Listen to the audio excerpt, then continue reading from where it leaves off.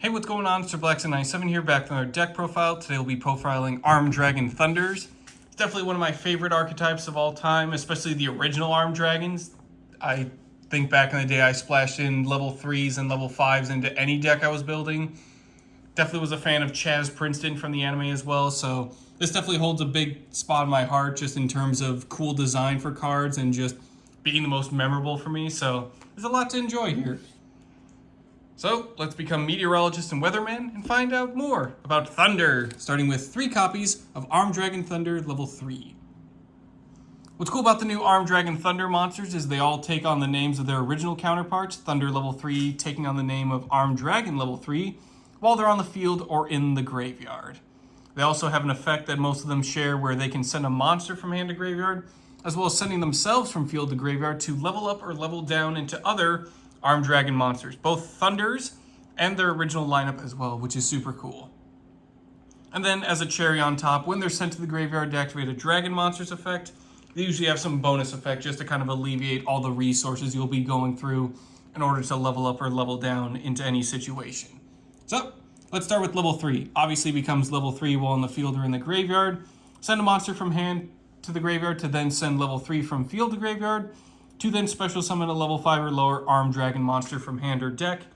If level 3 is just sent to the graveyard to activate a Dragon Monsters effect, you get to draw a card.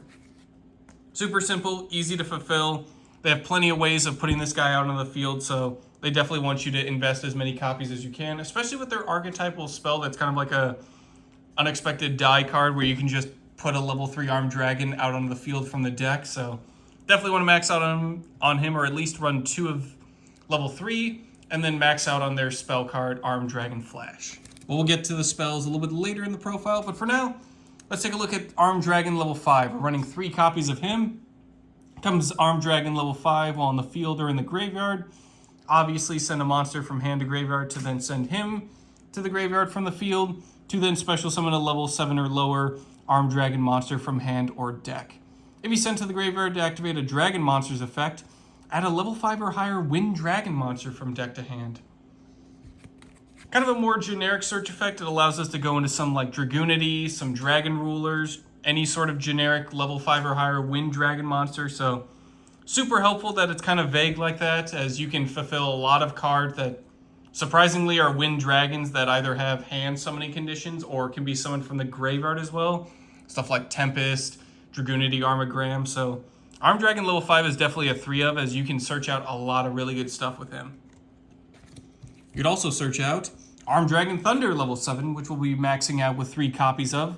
Comes Armed Dragon level 7 while on the field or in the graveyard. Send a monster from hand to graveyard to send level 7 from field to graveyard to then go into a level 10 or lower Armed Dragon monster from hand or deck. If it's sent to the graveyard to activate a Dragon Monsters effect, add an Armed Dragon card from deck to hand. Notice how it says card, so we can actually go into some of our spells and traps as well, which is super handy, not just the other Armed Dragon monsters. So definitely want to make use of having level 5 be sort of your monster searcher, while Thunder level 7 is more of your spell and trap retrieval system. But we're all about what monsters he summons into, such as 2 copies of Armed Dragon Thunder level 10. If it was special summoned by the effect of an Armed Dragon monster, it gains the following effects based on its attack. So this one's really cool. This is a nice little Chaz Princeton reference from the anime. 1 or more, it becomes Armed Dragon level 10 for its name. 10 or more, control of it cannot switch. 100 or more, can't be destroyed by battle. 1,000 or more, once per opponent's turn. Quick effect, send a card from hand to graveyard. Kind of like level 7, it's a card, so you don't have to worry about monsters like the rest of the Armed Dragon Thunders. You can send a card from hand to graveyard to non-target, destroy one other card on the field, and if you do, Thunder level 10 gains 1,000 attack, and if he has 10,000 or more attack, once per turn, destroy all of the cards on the field. Whew, that's terrifying. Honestly, you could get away with just running 1 copy of, but I like running 2 as it definitely pairs up well with having a few extra copies with the next Armed Dragon card. Especially helps with increasing its attack as well, such as Pile Armed Dragon. This one you definitely want to max out on. You can send one other Wind Dragon monster, or you can send a level 7 or higher Dragon monster from hand to the graveyard to special summon Pile from hand. What's also cool is once per turn, you can send an armed dragon monster from hand or deck to the graveyard, except itself, to then target a face-up monster you control. The targeted monster gains attack equal to the level of the sent monster times 300. And for the rest of the turn, you can only attack with one monster. This is another way, like I mentioned before, running multiple level 10s, just so you can really boost up the level 10 you have on the field and get to that 10,000 plus attack a lot sooner. Obviously, being able to attack with just one monster is unfortunate, but considering Armed Dragon Thunder level 10 destroys everything else, it kind of makes sense. Plus, you're making a giant 10,000 attack monstrosity, so you really don't need to attack with anyone else, if I'm being honest. But definitely want to max out on him anyway. Super easy to unbrick your hand and just get a nice level 7 on the field. Plus, he loads up your graveyard for the other monsters that care for that. Plus, it's a nice little attack boost, so best of both worlds there. Up next, we have a nice little Dragoonity core, just to kind of help out with graveyard setup. And just prepping for some of the other boss monsters that want to be in the graveyard. 3 copies of Dragoonity Remus, Can't be used as synchro material unless it's for the synchro summon of a Dragoonity monster. But you can also discard him to add a Dragon Ravine from deck to hand.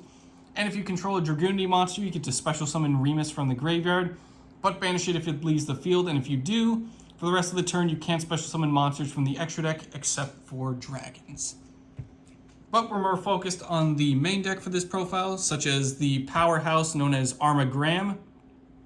You can banish 2 dragon and or wing beast monsters from the graveyard to special summon Armagram from hand or graveyard. What's nice is he doesn't banish himself when summoned from the graveyard, so if you ever end up getting him destroyed, just, oh no, banish 2 more dragons and you're good to go. Armagram will return very shortly. What's cool is once per turn, you get to target a face-up monster, yours or your opponent's, but preferably want to target your opponent's. Negates effects, and it loses 1,000 attack for each equip card you control. When your opponent's monster is destroyed by battle, not just by Armagram, but any of your other cards, you get to equip that monster to Armagram as an equip spell, which just kind of fuels his negate and then attack reduction, which definitely helps as well, as Armed Dragon Thunder level 10 is only going to get stronger as the duel progresses, so having Armagram to just lower and debuff everyone else is super handy for that OTK strategy. Up next, we have 1 copy of Tempest, Dragon Ruler Storms. Kind of like Armagram, this is another great one to just summon from hand or graveyard. But what you can do is banish a total of 2 wind and or dragon monsters from hand or graveyard to special summon Tempest from the hand or graveyard. During your opponent's end phase, if Tempest was special summoned, return him back to the hand. You can also discard him and a wind monster to add a dragon type monster from deck to hand. And if he's banished, add a wind dragon monster from deck to hand. You can only use 1 effect of Tempest per turn and only once that turn. He's great for searching, he's great for swarming, he's great for just being an awesome boss monster, and also a really good searcher as well. Wherever he's going, to the banish zone, graveyard, or even back to the hand, you'll always find use for Tempest. There's a reason he's still limited. He fits perfectly well with a Wind Dragon deck, especially this one. I think the only other one that's really big would be Dragoonities, but Armed Dragons definitely get a boost from having another card to just help search and send stuff to the graveyard. Another nice Wind Dragon tech is Heavenly Zephyr Miradora. The activation and effect of this card's effect cannot be negated. That's pretty cool. If your opponent special summons a monster with 2,000 or more attack from the extra deck, get a special summon Mirador from the hand. If you special summon from the hand, target a face-up monster your opponent controls that was special summoned from the extra deck. Neither player can activate that monster's effects while this monster is face-up on the field. So it's a nice little floodgate strategy to just lock down some problematic boss monsters. And he's a Wind Dragon, so he's easily searchable and summonable too. Moving on to our spells, we have 3 copies of the aforementioned Armed Dragon Flash. Special summon a level 3 Armed Dragon monster from your deck in defense position. This is just a great opener. It essentially is 3 more copies of Armed Dragon Thunder level 3.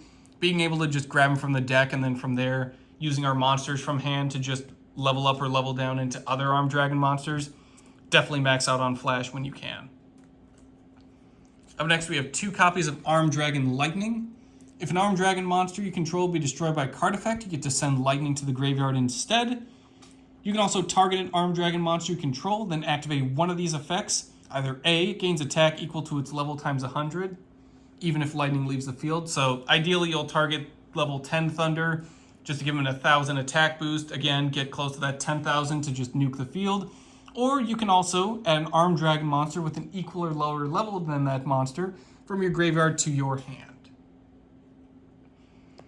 Super awesome and helpful, especially with the recovery, just so you can, again, discard stuff with Tempest for a search. Recover some of your Armed Dragons so you can, again, discard them to start leveling up or level down. Very nice just for the attack boost or just for the utility and recovery. Up next, since we're running a bunch of Remus, we gotta run max copies of Dragon Ravine. Soft once per turn, discard a card to activate one of these effects. You can either add a level 4 or lower Dragoonity monster from deck to hand, or you can send a dragon monster from deck to graveyard. You'll probably use the second effect more often than not as, again, stuff like Armagram, Tempest, some of the other Armed Dragon monsters that you just want to get into the graveyard for banishing, or just add it back with Lightning. There's tons of stuff that wants to be in the graveyard, either for a summoning condition, or to just recover back with other support cards. So maxing out on Ravine is an absolute must. And it wouldn't be a deck full of Thunder and Lightning without a spell card that perfectly reflects that, such as Raigeki. Lightning Storm is also a good option if you want to get into a little bit more of a Armed Dragon Thunder style, but me, I'm a sucker for gold rares and Raigeki, so this is perfect for me. Destroy all monsters your opponent controls. If you don't have the 10,000 attack on Thunder level 10 yet, try a Raigeki. I just got the job done for you. Plus, you don't have to worry about all the Pile Armed Dragon or Lightning attack boosts. Just torture opponent's monsters. Easy and simple. Up next, we have 3 copies of Twin Twisters. Since a lot of cards are getting added from deck to hand, we can make use of also discarding a card to target and destroy 2 spell or traps up to 2 spell or traps, on the field. Sorry, I'm getting all tongue twisted here, which just makes sense because it's a Twin Twister. Up next, we have Summon Storm. Pay 800 life points to special summon a level 6 or lower wind monster from your hand. This is great for just grabbing some of the lower level wind monsters like Thunder level 3 or even Armed Dragon Thunder level 5. Just so you can kind of shortcut into some of the middle of the level up or level down cycle. But what's also cool is on a separate turn, you get to banish Summon Storm from your graveyard to special summon a level 4 or lower wind monster from your hand. Again, this is kind of like Armed Dragon Flash, just to help get out those level 3s out on the field. And if you're using its on-hand effect, you can actually just jump into level 5 Thunder and make your plays from there. Up next, we have 1 copy of Upstart Goblin. Draw a card, your opponent gains 10,000 life points, or 1,000 life points, hopefully not gaining 10,000 life points. Considering Armed Dragon Thunder level 10 is going to turn into a 10,000 attack monster by the end of the duel, giving your opponent a little bit of life points isn't that big of a deal. Plus, it helps restock your hand for more sending monsters from hand effects, just so your Armed Dragon Thunders can get going, or just get more resources in the hand like Armagram or Tempest again, just so you can get to making use of those cards. Up next, we have 3 copies of Triple Tactics Talent. As you can tell already, this deck does a lot of searching, drawing, and milling, so your opponent is absolutely going to Ash Blossom, Effect Veil, or even Ghost Ogre you. So if that does happen, definitely make the most of Triple Tactics Talent. If your opponent has activated a monster effect during your main phase this turn, activate one of the following effects. Draw 2 cards. You can take control of 1 monster your opponent controls until the end phase.